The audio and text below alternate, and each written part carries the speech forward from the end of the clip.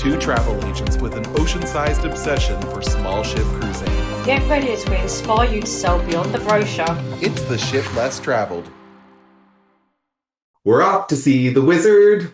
I'm not going to say any other lyrics of that song because I don't want to pay royalty on it here at the Ship Less Traveled. But just like the Wizard of Oz, we're going to be pulling back the curtain today a little bit to see in behind the Emerald City, it's just a man pulling the levers, and that's me. I'm the Wizard of Oz, and we're going to talk about what our day looks like. You know, we talk so much about why you should book with us, but now we're just going to talk about what that actually looks like and how we serve clients and how we can interact with clients.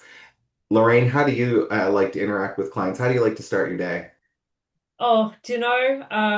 I just love talking to people. So Mm. get me on the phone or get me face to face, and I would talk about cruises all day.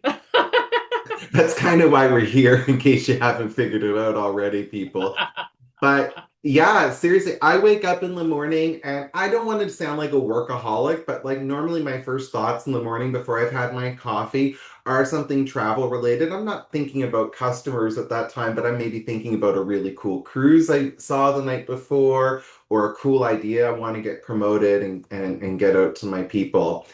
So, from the beginning of the day, pretty much to the end of the day, my thoughts are filled with travel.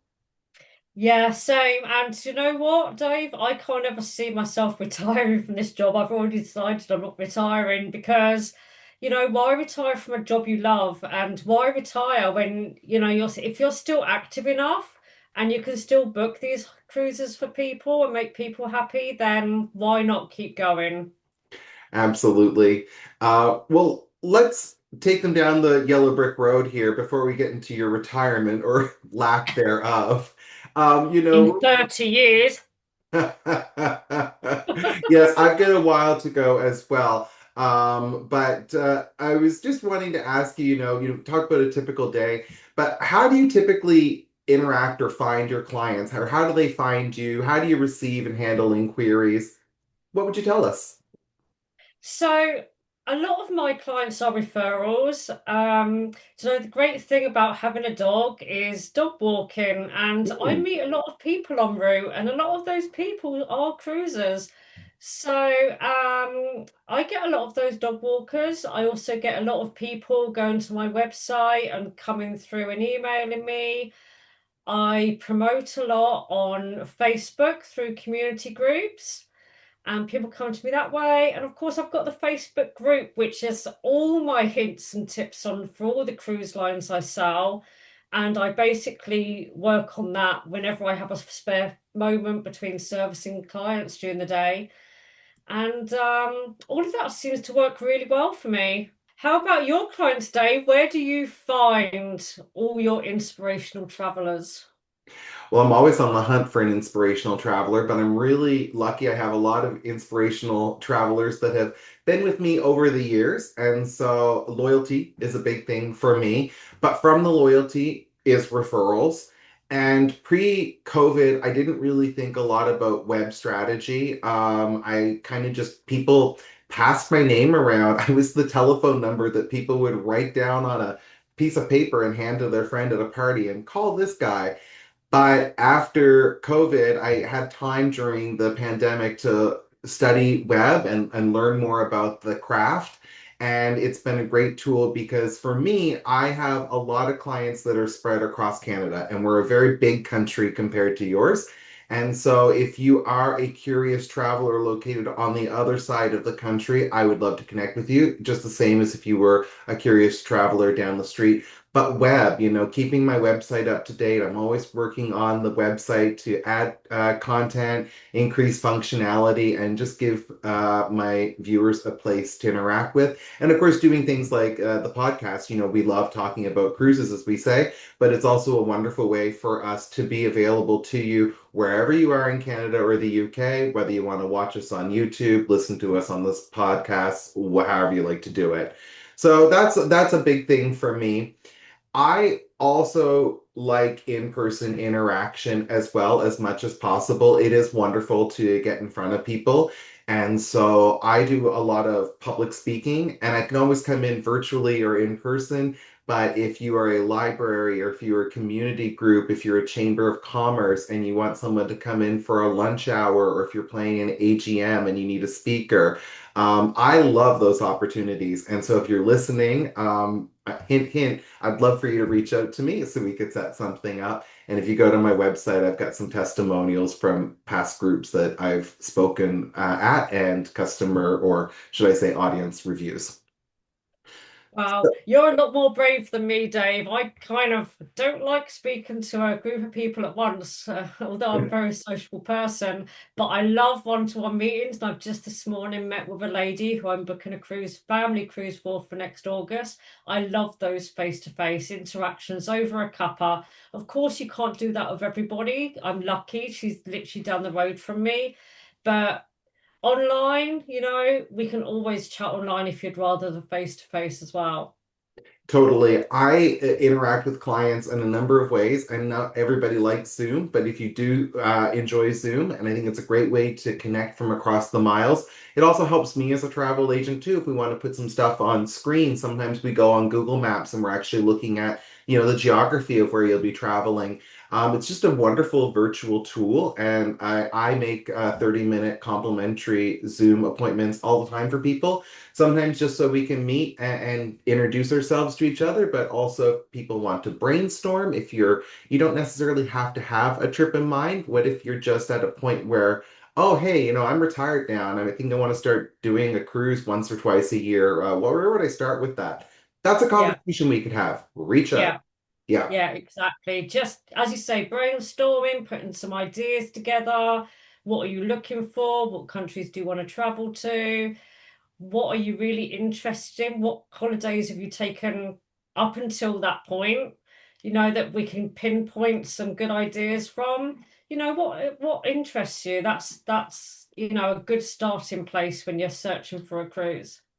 I think it's a misconception that might exist in the public that in order to contact a travel agent, you already have to have a trip in mind, or know what you want. It helps if you do, but if you don't know, but you know kind of where you're headed with, it's really not a problem. In fact, I love giving my time to work with people on these plans. It's part of the job. So don't Yeah, hesitate to reach out. And I'm sure you feel the same way. it is absolutely. I mean, everybody loves, when everything's planned already and you've just got to book it. But yeah, that's definitely not what it's all about. We're qualified and we're experienced enough to help you with some ideas, things you may not have even thought about doing, but it's like, wow, yeah, I'd love to do that. That's a real bucket list, thing for me. So yeah, we can definitely help get the ideas flowing there.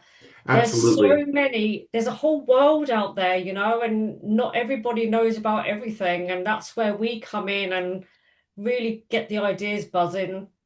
I think so. So, someone comes in, and we're face to face, or you're face to face with us, however you're going to do it, in person or on the internet. What sort of questions do you think a person should ask their travel agent if we were to turn the tables a little bit? Oh, That's a so good one, isn't it? I know. So I've never been on the other side of the table from a travel agent, having been a travel agent since I was not 18, even 17, 18. So I've never been on the other side of the table. But I think if I was to ask questions to a travel agent, I would definitely want to know who they work for, what their qualifications are, how can they help me? Mhm. Um, and I'd want to know what can they do for me that other travel agents can't. I think that's really important. I think that is, and if it were me, I would ask somebody, what makes you distinctive? Why should I select Yeah. you? And it's just if you gel with someone as well. I have to gel with people to, know, like, and trust are the Hmm. three, things. And, I have to really know that I can trust someone with my money, no matter what my budget is, um, to be able to book the holiday that I want and hope that there's no issues. We can't ever guarantee that. but we do as much as we can, and we're always here should those issues arise. But that's what I'd want to know, can I trust this person? Yeah. Do I gel with them? It's a two-way street, and that's why we always have questions that we like to ask a client as well too. And I'd like to start with one that I find sometimes can make people balk, but it's such an important question. We need to know what your budget is for the trip. And when I say budget, I'm not just necessarily talking dollars or pounds, but I'm talking how much time do you have as well to spend on time as a budget. But we need to know what sort of factors. I have experienced in the past, sometimes clients will just say, well, I want to go away for Christmas. I want to go away on a holiday. I'll be like, okay, well, where do you want to go? And they don't have any inputs for us. They don't have, let alone an idea about how long they want to go for or what the price point of this trip should look like. We're not mind readers, folks. If I can be very blunt with people, we need to have a little bit of input from you in order to build off of. Coming back to the Wizard of Oz, we're not wizards and we're not magical in any way. We No. we like to help with input, but ultimately the holiday is yours. And if you even have some vague ideas, that really helps us a lot. We couldn't fit it all into a single episode. To give it the attention it deserves, we're breaking it into 2 parts. Make sure you're subscribed and stay tuned for part 2 in our next episode.